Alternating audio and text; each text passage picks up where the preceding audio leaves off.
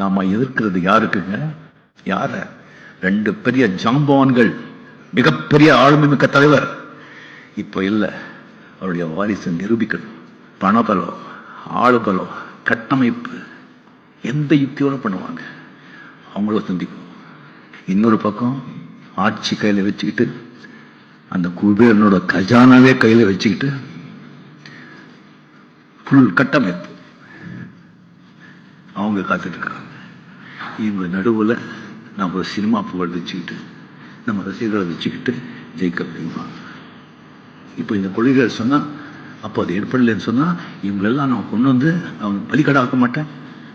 என்னை நம்பி ஒருத்தவங்களுக்கு பலிக்கடை தான் ஆக்குறது கம்ப்ளீட்டாக வந்து சாதாரண விஷயமா? சாதாரண விஷயம்.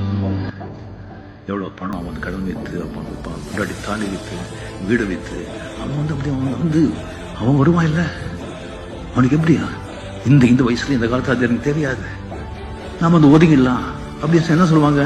அரசியலுக்கு வரேன்னு சொல்லிட்டு வந்து ஒதுங்கிட்டாரு. இது ஒரு சாக்கு. அது பல பேர் பல விதமாக பேசுவாங்க.